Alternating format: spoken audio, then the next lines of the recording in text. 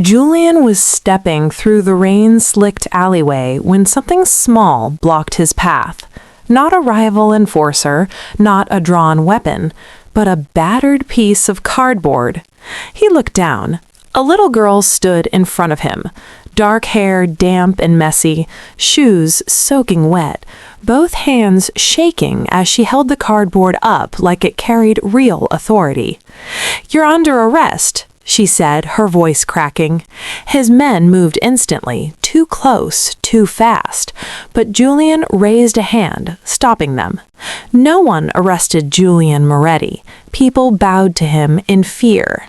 He dropped to his knees on the wet asphalt, bringing himself to her eye level. "Who are you trying to arrest, kid?" She swallowed hard, tears mixing with the rain on her cheeks. "The monsters," she said, "because my dad can't anymore." That made him pause. She leaned closer, her small voice trembling over the sound of the rain. "They took him, and they had your dragon on their arms." That's when he noticed the stark, fresh scrape bleeding down her left cheek, the dirt on her pink zip-up hoodie, and the way she kept glancing terrified at the neon-lit shadows. The crime boss slowly took the cardboard shield, scrawled with the words, "Police Arrest 5, not because it held any legal power, but because the blood debt it represented was worth far more than his empire. Stay with me until the end, because what this little girl's cardboard badge made the city's most ruthless boss do next will shock you. Before we begin, don't forget to like this video, hit subscribe, and comment where you're watching from. Now, let's get started. Julian Moretti had been running the city's Korean underworld for a decade. He'd built his terrifying reputation on absolute authority, a violent history etched into the vertical scar across his brow, and a strict, unyielding code. His syndicate stretched through every neon-lit district, and everyone knew the rules. You respected the hierarchy, you never betrayed the family, and you never, ever touched innocent blood. That rainy evening had started like any other. Julian was cutting through a moody, narrow alleyway after settling disputes downtown. His bespoke charcoal suit remained immaculate despite the downpour, while his top enforcers flanked him like human shields. The city knew this routine. When Julian walked the streets, people found somewhere else to be. Hustlers vanished, drunks sobered up and backed away, and the smart ones didn't even dare to look at the subtle dragon embroidered on his sleeve. But this little girl didn't back away. She didn't run. She stood directly in his path with that crude cardboard badge clutched in her tiny bruised hands. Julian had seen brave people before. Rival bosses making desperate last stands. Undercover cops trying to play hero. Traitors cornered with nothing left to lose. That kind of bravery had a stench of panic, a frantic energy that always ended in begging. This was different. This child wasn't brave the way adults pretend to be brave. She was fragile but uncompromising, driven by a raw, shattered innocence that demanded justice. Her clothes were simple, offering no protection from the cold rain, but her eyes, staring up at the most dangerous man in the city, held something Julian hadn't seen in years: pure, unflinching accusation. "What's your name?" he asked, still kneeling on the wet pavement. His men shifted nervously behind him, hands instinctively moving toward the iron in their jackets. To understand the weight of the cardboard shield now resting in Julian Moretti's immaculate hands, one first had to understand the man holding it. Julian did not merely exist in the city's criminal underworld, he was its undisputed architect. For a decade, his name had been a whispered curse in the neon-drenched alleys and a boardroom mandate in the glass high-rises. He ruled the Korean syndicate with a terrifying, absolute authority, a man forged in the fires of ruthless ambition and cold detachment. Everything about Julian was a study in calculated perfection. Even kneeling on the wet asphalt, the rain seemed to sheet off his tailored charcoal suit out of pure intimidation. The crisp white of his dress shirt and the dark, perfectly knotted tie spoke of a man who demanded order in a world built on chaos. but it was the subtle, intricate dragon embroidered with dark thread onto the sleeve of his jacket that commanded the most respect. It was the mark of the syndicate, a symbol of underworld royalty that silenced rooms and made men twice his size avert their eyes. Yet the polished exterior only barely concealed the violence simmering beneath. A prominent vertical scar crossed his left eyebrow, carving a jagged path through his ruggedly handsome features. It was a permanent receipt from his violent ascent to power, a brutal reminder that he was not born into his throne, he had bled for it. The scar was the first thing his enemies saw before the dark closed in, a testament to the fact that Julian never left a debt unpaid and never left a threat breathing. He commanded absolute fear. When Julian walked into a room, the air grew thin. Hustlers, loan sharks, and rival lieutenants alike knew the unwritten laws of his reign. You respected the hierarchy, you paid your dues, and you never looked the dragon in the eye unless you were prepared to lose yours. He operated with extreme moral detachment, blinding himself to the collateral damage his empire wrought, convinced that power required severing all ties to humanity. But as he knelt in the gritty, rain-slicked alleyway, the glowing neon signs bleeding colors into the puddles around them, the terrifying illusion of his detachment began to crack. The men shifting nervously behind him, hardened killers who carried out his darkest orders without hesitation, were paralyzed not by rival guns, but by the sight of their untouchable boss bowing before a bruised, trembling child. The fear he had cultivated for 10 years was entirely useless against a 7-year-old girl who had already lost everything. And as Julian stared into her tear-filled eyes, the undisputed king of the underworld felt something he hadn't experienced since the blade first crossed his brow, a tremor of pure, undeniable vulnerability. The rain drummed a heavy, relentless beat against the asphalt, yet the narrow alleyway felt entirely silent. Julian remained perfectly still, the cold water soaking through the knees of his charcoal trousers. His dark, calculating eyes, usually scanning the shadows for threats, were locked onto the crude piece of cardboard trembling in his hands. The black marker was smudged from the downpour, but the scrawled text was unmistakable. Police. Arrest 5. It wasn't just a random digit chosen by a frightened child playing make-believe.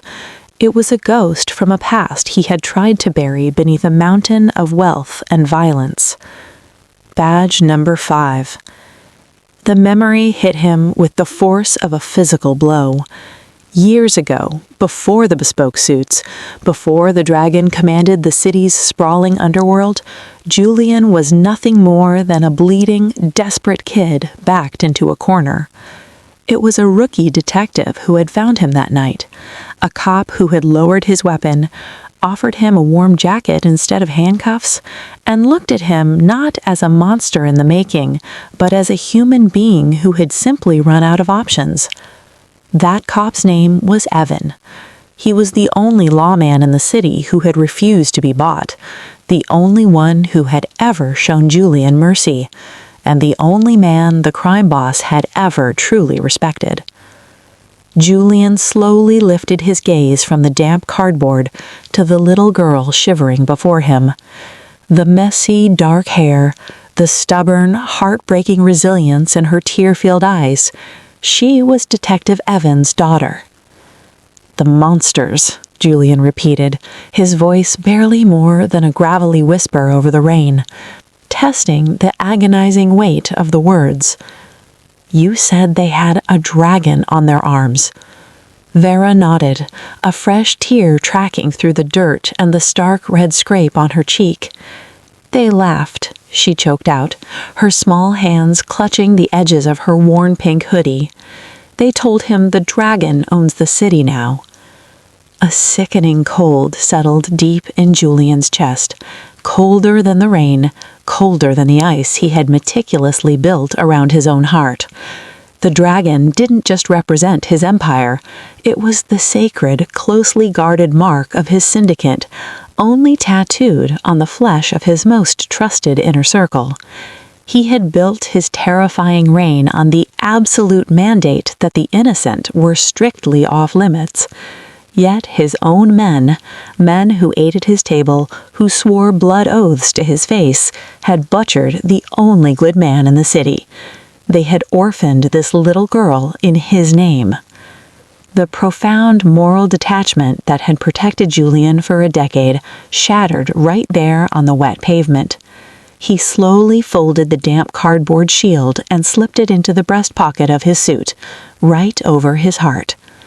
When he finally stood up, the towering aura of the Mafia boss returned, but the deadness in his eyes was gone. In its place burned a quiet, apocalyptic fury. The heavy downpour felt distant to Julian now, blocked out by the deafening roar of realization echoing in his mind. His men, hardened enforcers who knew only the language of violence, exchanged uneasy glances. They watched in stunned silence as their untouchable boss stood motionless in the neon-lit alleyway. The cardboard shield rested against his chest, tucked safely into his breast pocket, but its weight felt absolute, an anchor pulling him back to a humanity he thought he had discarded forever. He looked down at the little girl. She was shivering violently, her worn pink hoodie offering no defense against the biting wind. Yet she held her ground, her chin tipped up in a desperate, fragile display of bravery. Julian slowly crouched back down, ignoring the freezing puddle soaking into his immaculate charcoal trousers.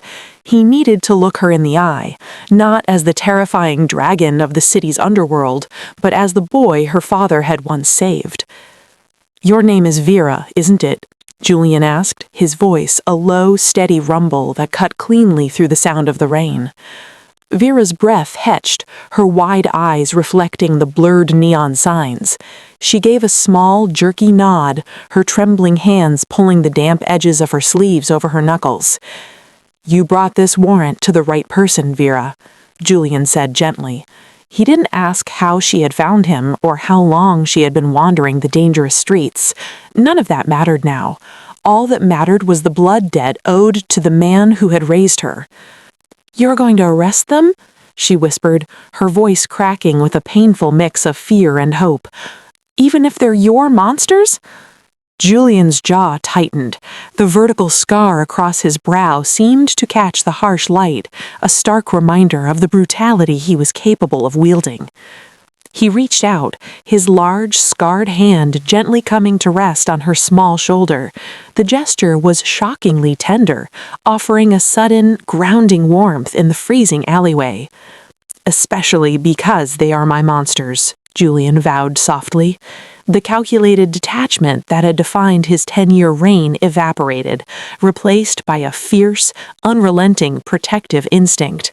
"They broke the laws of this city. They took a good man, and they left you in the dark." He held her gaze, ensuring the terrified child could see the absolute, unbreakable certainty in his dark eyes. "I accept your badge, Vera. Every man who carries the dragon on his arm and had a hand in this will face justice. I will execute these arrests on your behalf, and I promise you, no one will ever hurt you again."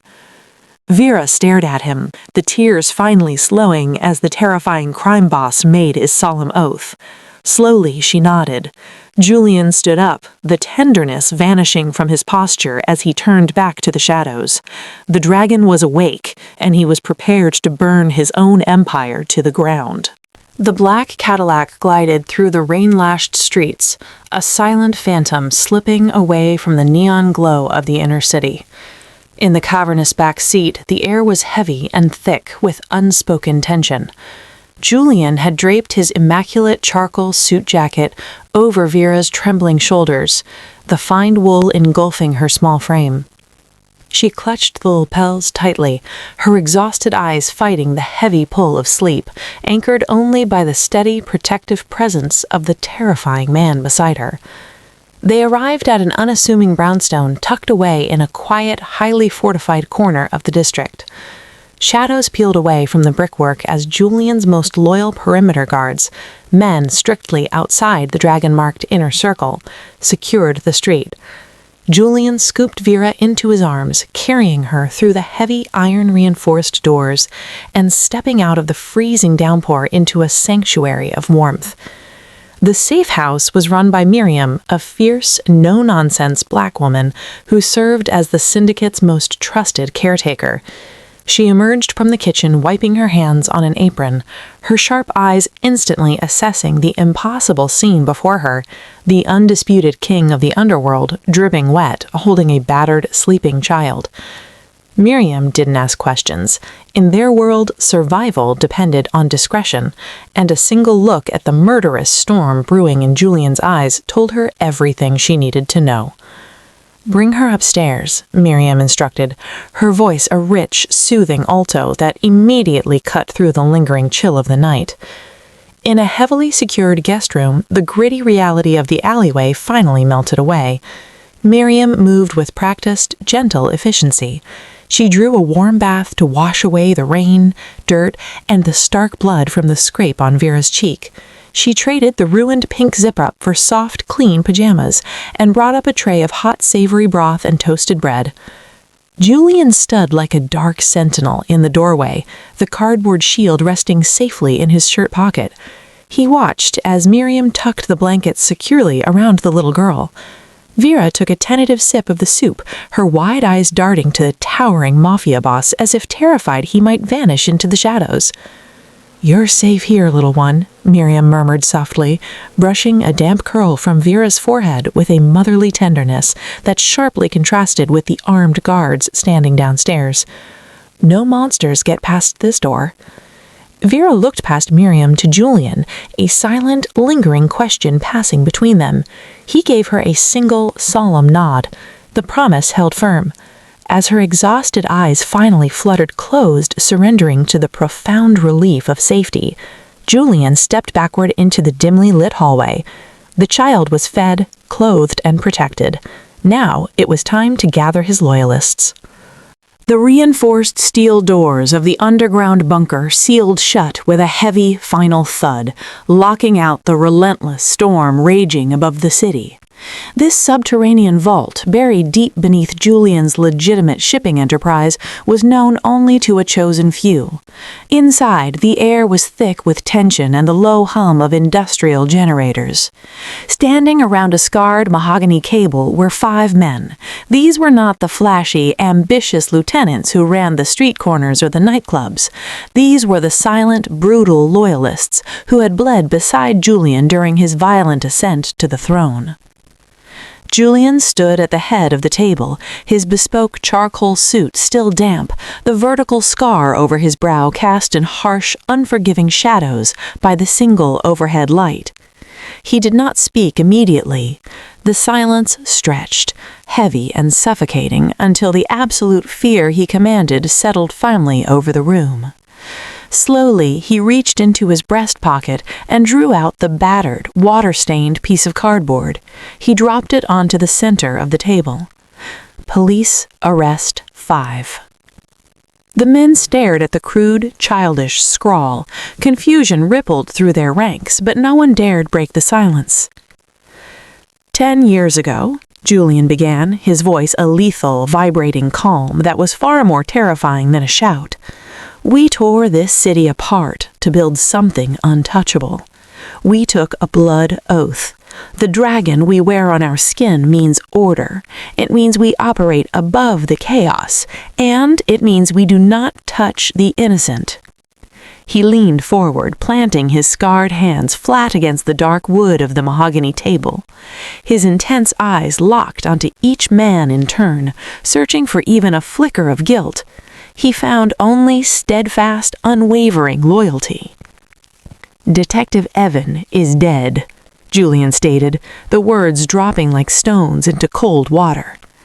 "He was murdered by our own, and his 7-year-old daughter was left bleeding in the rain to deliver his badge to me." The revelation sent a palpable shockwave through the bunker. Evan was the one lawman they all knew was strictly off-limits, the man who had shown Julian mercy when the rest of the world wanted him dead. "The men who pulled the trigger wore our mark. A rogue faction within our own house has grown arrogant to protect their unsanctioned operations. They believe they are untouchable. They believe the dragon protects them from consequence. He straightened up, the imposing aura of the underworld king filling every corner of the room. He was no longer just a crime boss managing a lucrative empire. He was a judge and executioner preparing for a slaughter.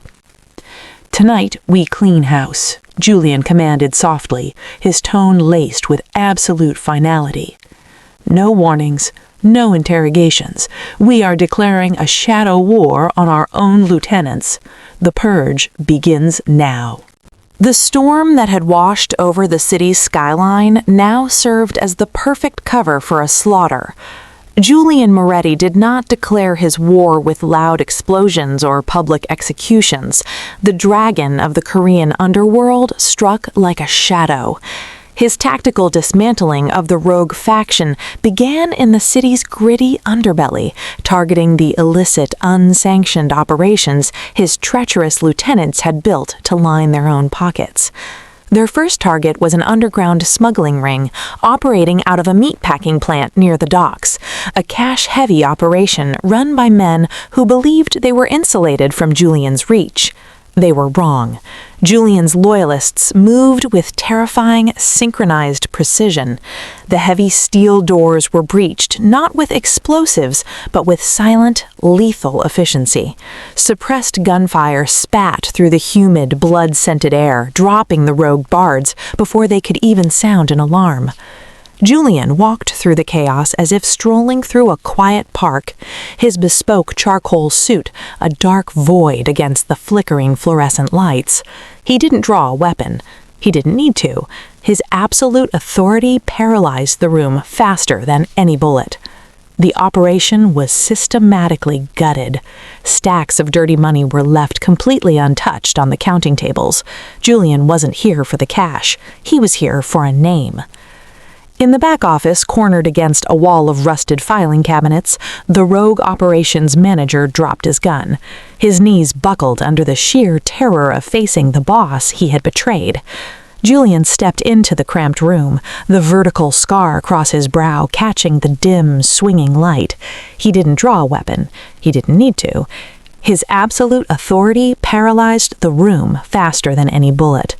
The operation was systematically gutted. Stacks of dirty money were left completely untouched on the counting tables. Julian wasn't here for the cash. He was here for a name. In the back office, cornered against a wall of rusted filing cabinets, the rogue operations manager dropped his gun. His knees buckled under the sheer terror of facing the boss he had betrayed. Julian stepped into the cramped room, the vertical scar across his brow catching the dim, swinging light. He grabbed the man by the lapels of his jacket, slamming him against the steel cabinets with bone-jarring force. "Detective Evan," Julian whispered, the name slicing through the heavy air like a razor. "Who gave the order? Who pulled the trigger?" The manager gasped, blood leaking from a split lip. He tried to stammer out a lie, a frantic plea for mercy, but the uncompromising, apocalyptic fury in Julian's eyes suffocated the words. The Mafia boss wasn't here to negotiate. He was here to collect on a little girl's warrant. "King," the manager choked out, tears of panic spilling over his bruised cheeks. "It was Gang. He's running the shipments out of the old neon warehouse on the east side. He said the cop was getting too close to the side hustles. He said the dragon wouldn't care." Julian's expression didn't shift. The revelation locked into place. Kang was one of his most ambitious lieutenants, a man who proudly bore the syndicate's tattoo and had sworn a blood oath to the family. Julian simply let go, letting the traitor crumple to the cold floor. The silence that followed was heavier than the gunfire outside. He adjusted his cuffs, his mind already shifting to the final target. He had the intel. He had the name of the man who had orphaned Vera. Now it was time to hunt. The East Side Warehouse District was a sprawling graveyard of rusted shipping containers and cracked asphalt, drowned in the relentless midnight downpour. Looming at the edge of the docks was Kang's stronghold. It was a massive, heavily fortified structure, bathed in the sickly, stuttering glow of a broken neon sign that bled harsh crimson and electric blue into the black puddles below. This was where the rogue faction felt safest, insulated by their stolen money and stolen guns. This was where they thought the dragon could not reach them. They were wrong. Julian did not order a quiet infiltration. This was not a recon mission, it was a reckoning. The heavy steel loading doors were blown off their hinges with a deafening blast that briefly overpowered the thunder. Before the smoke could even begin to clear, Julian's loyalists swept into the cavernous space, moving with terrifying, synchronized precision as their weapons instantly found their marks. The warehouse erupted into a chaotic cinematic symphony of violence. Flickering neon lights spilled through the high, shattered skylights, casting long, nightmarish shadows across the concrete floor. Muzzle flashes strobed in the darkness, illuminating the terrified faces of Kang's men as the syndicate's true enforcers systematically dismantled their defenses. Gunfire echoed off the corrugated metal walls, a brutal staccato beat that underscored the absolute destruction of the traitors. Through the center of the crossfire walked Julian Moretti. He moved with a terrifying, unhurried grace, his bespoke charcoal suit absorbing the shadows and the flashing neon alike. He didn't dive for cover. He didn't flinch as stray bullets shattered the glass crates around him. The vertical scar across his brow seemed to carve through the flashing red light, a grim mask of pure apocalyptic fury. In his right hand, he held a sleek handgun, firing with a cold, mechanical precision that left no survivors in his wake. But it was his other hand that betrayed the emotional core of the slaughter. As he stalked through the chaos, Julian's fingers remained pressed against the breast pocket of his jacket, protecting the slight, damp weight of the cardboard shield resting over his heart. Police Arrest 5. The memory of the little girl's tear-streaked face in the alleyway fueled his every step. Every man who fell in the neon-drenched warehouse was a payment on her blood debt.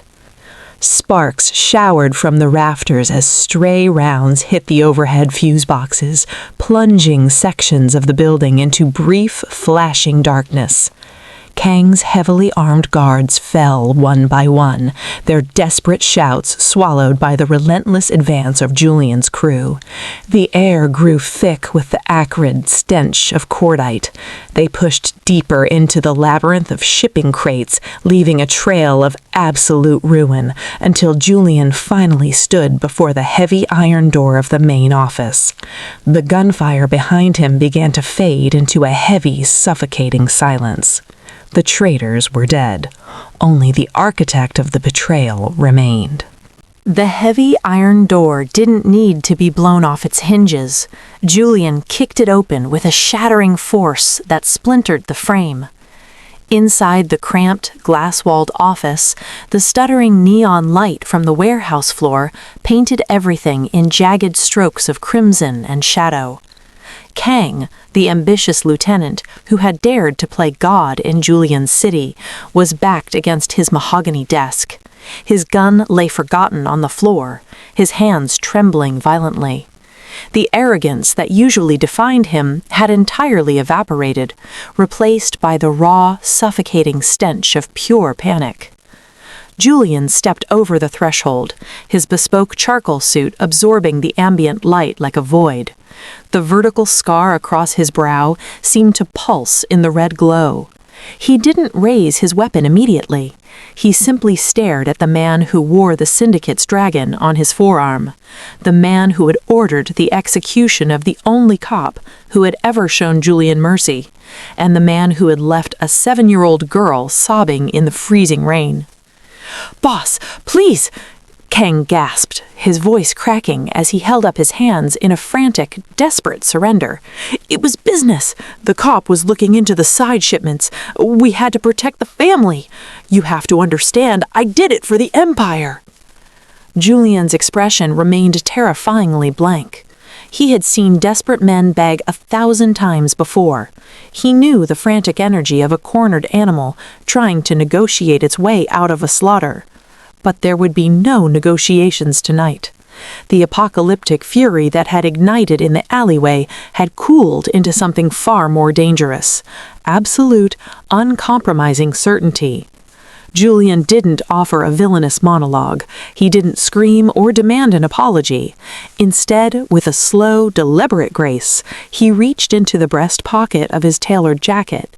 He withdrew the battered, water-stained piece of cardboard, its smudged black marker still clearly reading Police Arrest 5. Kang stared at the crude shield, his frantic pleas dying in his throat, as utter confusion washed over his face. He didn't understand what he was looking at, and Julian didn't care to explain. Julian closed the distance between them. With a solemn, almost reverent motion, he placed the damp cardboard flat against the center of Kang's chest, pinning it there with the cold barrel of his sleek handgun. It was a grim, poetic warrant, served on behalf of a shattered child and a fallen father. Kang's eyes widened in final, absolute terror as the realization of his doom finally eclipsed his confusion.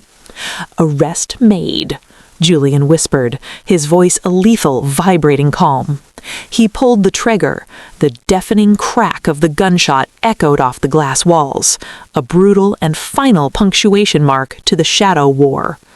The traitor crumpled to the floor, the cardboard shield fluttering down to rest beside him.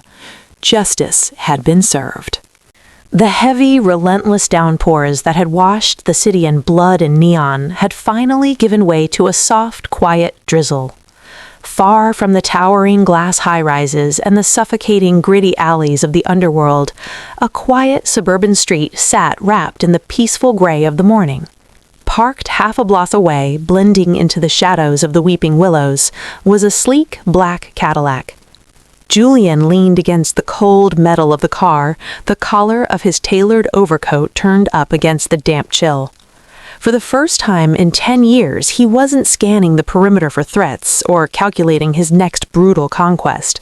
His dark eyes were fixed entirely on the small, brightly painted house at the end of the cul-de-sac. The front door opened, and Vera stepped out onto the porch. She was no longer the bruised, shivering child clutching a ruined pink hoodie in an unforgiving alley. Dressed in a bright yellow raincoat and matching boots, she chased a stray autumn leaf across the manicured lawn. A woman, her aunt, whom Julian's men had meticulously vetted and relocated to this fortress of suburban anonymity, watched fondly from the doorway. All of their debts had been quietly erased. Their mortgage was paid in full through a maze of shell companies. A shadow detail of Julian's most trusted, unseen guards would watch over this street until Vera was grown, ensuring the monsters never returned.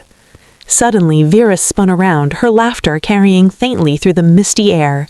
She was smiling. It was a radiant, unburdened sound that seemed to finally chase away the lingering ghosts of the neon warehouse. Julian exhaled a visible puff of breath in the cold air and allowed a rare, quiet softness to settle over his rugged features. The vertical scar across his brow would always remain, a permanent map of his violent history. He would always be the dragon of the city commanding the shadows, but the absolute moral detachment that had once frozen his soul was completely gone. He reached into the breast pocket of his overcoat, his scarred fingers tracing the rough edge of a water-stained piece of cardboard. He had retrieved the crude police badge from the warehouse floor, choosing to carry it with him as a permanent grounding anchor.